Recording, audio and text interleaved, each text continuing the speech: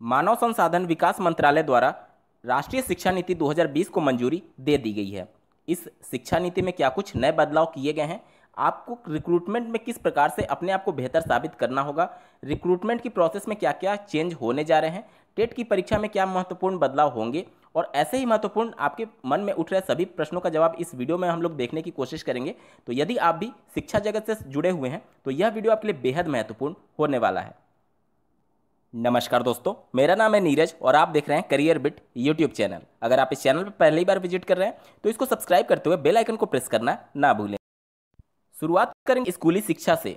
तो स्कूली शिक्षा का पूरा पैटर्न बदल दिया गया है। जैसा कि आपको ज्ञात होगा कि पहले कक्षा 1 में एडमिशन के लिए आपकी उम्र 6 वर्ष होनी चाहिए और उसके बाद से प्राथमिक कक्षा 1 से लेकर के 5 तक माना जाता था। उसके बाद से उच्च प्राथमिक कक्षा 6 से 8 तक और उसके बाद से सेकेंडरी कक्षा 9, 10 और सीनियर सेकेंडरी कक्षा 11 और 12 मानी जाती थी। अब ये पैटर्न बदल गया है। अब नया पैटर्न 4 भागों में डिवाइड होगा। यहाँ पर आप स्क्रीन पर देख पा रहे होंगे न्यू एकेडमिक स्ट्रक्चर करके। यहाँ पर देखिए, सबसे पहले आपको फंडामेंटल में जो 3 इयर्स प्री प्राइमरी होता है, जैसा कि अभी आप डायरेक्टली कक्षा 1 में एडमिशन ले सकते थे, लेकिन अब प्री प्राइमरी शिक्षा की व्यवस्था की जाएगी, जिसके माध्यम से आंगनबाड़ी के माध्यम से आपको शिक्षा में पहले तैयार किया जाएगा कि आप कक्षा 1 के लिए पूरी तरीके से तैयार हो सके अपने शिक्षा को ग्रहण करने के लिए, और वो प्री प्राइमरी स्टेज माना जाएगा। यानी कि आपको आंगनबाड़ी या फिर ऐसे माध्यम से 3 वर्ष तक आपकी उम्र जब 3 वर्ष से 6 वर्ष तक होगी तो आपको प्री प्राइमरी में पढ़ना होगा। उसके बाद से क्लास 1 और क्लास 2 को भी फंडामेंटल में ही रखा गया। इसका अर्थ ये हुआ कि कक्षा 1 और कक्षा 2 की जो शिक्षा होगी वह भी हो सकती है कि आंगनबाड़ी के माध्यम से दिया जाए। इसका सबसे ड्रॉबैक ये होगा कि अभी जो प्राथमिक में शिक्षक भर्ती चलती है कक्षा 1 से लेकर के 5 तक के लिए, उसमें आपको अब रिक्रूटमेंट में धीरे धीरे कमी देखने को मिलेगी, क्योंकि कक्षा 1 और कक्षा 2 अब आंगनबाड़ी के माध्यम से ही पढ़ाए जाएंगे और इसके लिए विशेष रूप से आंगनबाड़ी में जो शिक्षक होते हैं उनको ट्रेनिंग दी जाएगी। और दूसरा विकल्प शासन के पास ये भी हो सकता है कि आंगनबाड़ी में कक्षा 1 और कक्षा 2 को पढ़ाने के लिए वहीं पर शिक्षकों की रिक्रूटमेंट की जाए। यानी कि अभी जो प्राथमिक में शिक्षक जाते थे, हो सकता है कि कुछ शिक्षकों की रिक्रूटमेंट आंगनबाड़ी के लिए भी किए जा सकते हैं। अब दूसरा स्टेज आता है जिसको प्रिपरेटरी बोला गया है, और यह कक्षा 3 से लेकर के 5 तक माना जाएगा। यानी उम्र आपकी 8 से 11 के बीच। और उसके बाद से अगला जो स्टेज है मिडिल स्टेज, ये 3 वर्ष का होगा। यानी कक्षा 6 से लेकर के कक्षा 8 तक आपकी उम्र 11 से 14 तक होगी, तब तक ये स्टेज मानी जाएगी। और अंतिम और चौथा स्टेज जो होगा वह होगा सेकेंडरी स्टेज। इसमें कक्षा 9 से 12 तक माना जाएगा और आपकी उम्र 14 से 18 तक होनी चाहिए। यानी कि इनके द्वारा जो महत्वपूर्ण चेंजेस किए गए हैं वह प्राथमिक लेवल पर ही किए गए हैं। ये मान करके चल रहे हैं कि अभ्यर्थी पहले से शिक्षा लेने के लिए तैयार होना चाहिए। इसी के लिए वह 3 वर्ष की उम्र से ही अभ्यर्थियों को आंगनबाड़ी के माध्यम से उनको शिक्षा के लिए तैयार करना चाहते हैं। और इसीलिए जो पहले प्राइमरी का स्टेज था उसको 2 भागों में डिवाइड किया गया है, पहला फंडामेंटल और दूसरा प्रिपरेटरी स्टेज बनाया गया है।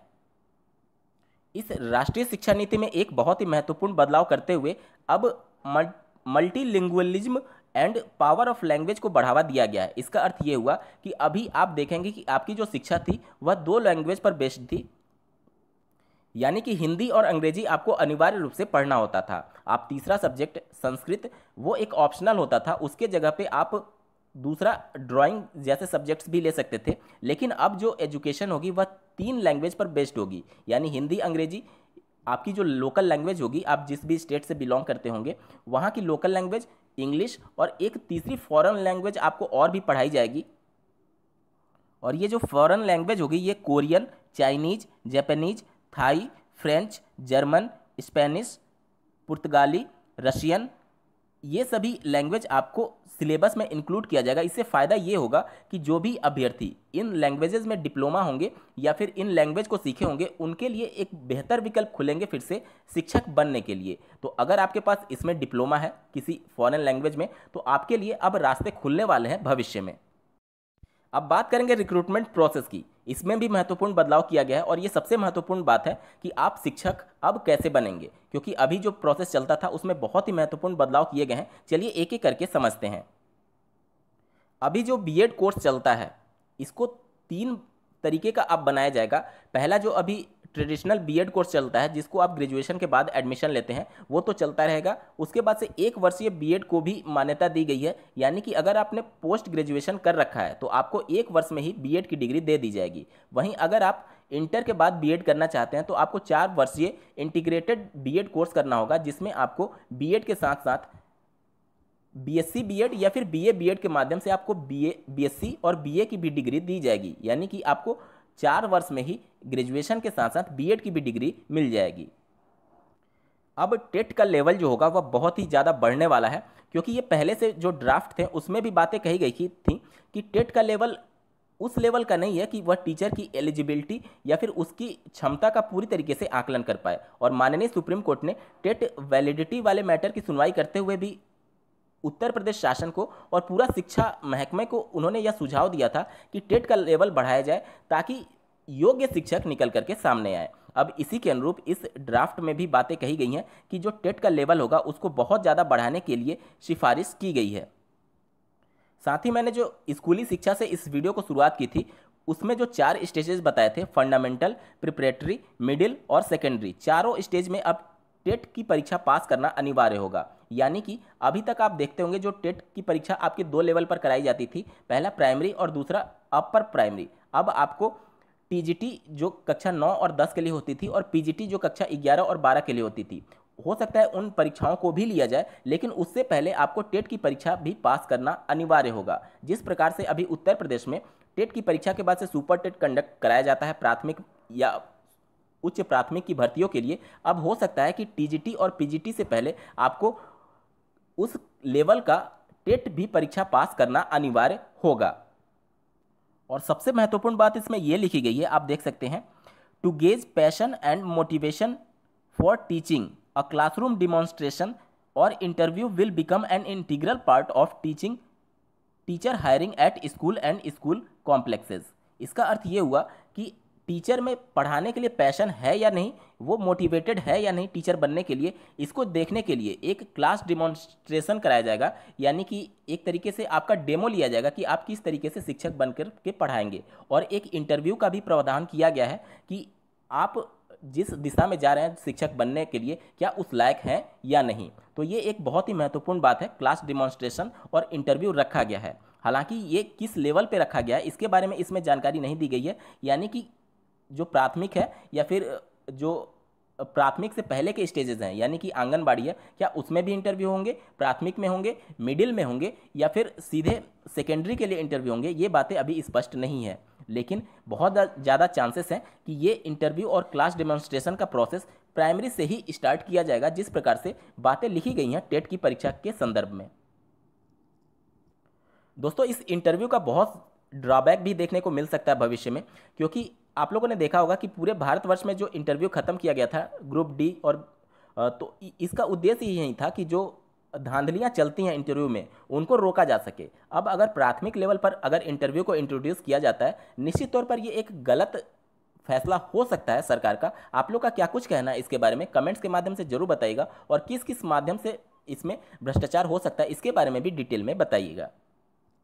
इसके अलावा अब आपका जो प्रमोशन होगा वो भी पूरी तरीके से मॉनिटर किया जाएगा। इसका अर्थ ये हुआ कि पहले एक पर्टिकुलर टेन्योर कंप्लीट करने के बाद से उनको प्रमोशन दे दिया जाता था शिक्षकों को, लेकिन अब ये ऐसा नहीं होगा। एक मॉनिटरिंग बॉडी आपको मॉनिटर करेगी, वह आपका सीनियर भी हो सकता है या फिर एक अथॉरिटी भी हायर की जा सकती है जो कि आपकी मॉनिटर करेंगे आपके पढ़ाने का ढंग, आपका जो भी जिस तरीके से आप पढ़ाते हैं उसका वे, इस सभी को मॉनिटर करते हुए आपकी अटेंडेंस और बहुत चीज़ उस पैरामीटर में काउंट की जाएगी, और उसके बाद ही आपकी इंसेंटिव या फिर आपकी सैलरी किस प्रकार से हाइक होगी वह डिसाइड होगी। अब आपका पूरी तरीके से ये पैटर्न बदल चुका है। जैसे पहले पुराने ढर्रे पर डीए बढ़ जाता था और उसके साथ साथ आपकी सैलरी एक रफ्तार से बढ़ती रहती थी, अब वो सब कुछ एक तरीके से मॉनिटर बेस हो जाएगा, और मॉनिटर करने के बाद ही ये डिसाइड होगा कि आपकी सैलरी हाइक होनी चाहिए या फिर नहीं। और प्रमोशन के संदर्भ में भी ये बातें कही गई हैं कि मॉनिटरिंग के बाद ही आपको प्रमोशन दिया जाएगा।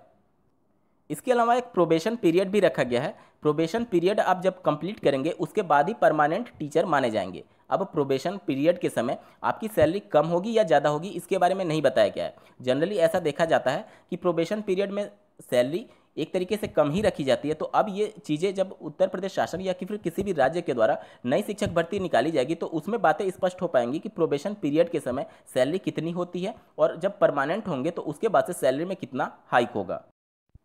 इसके साथ ही साथ कुछ हाइलाइट्स भी हैं इस एजुकेशन पॉलिसी के जिसके बारे में आपको जानना अनिवार्य है। जैसे कि अब स्टेट स्कूल रेगुलेटरी अथॉरिटी बनेगी जिसके चीफ शिक्षा विभाग से जुड़े होंगे।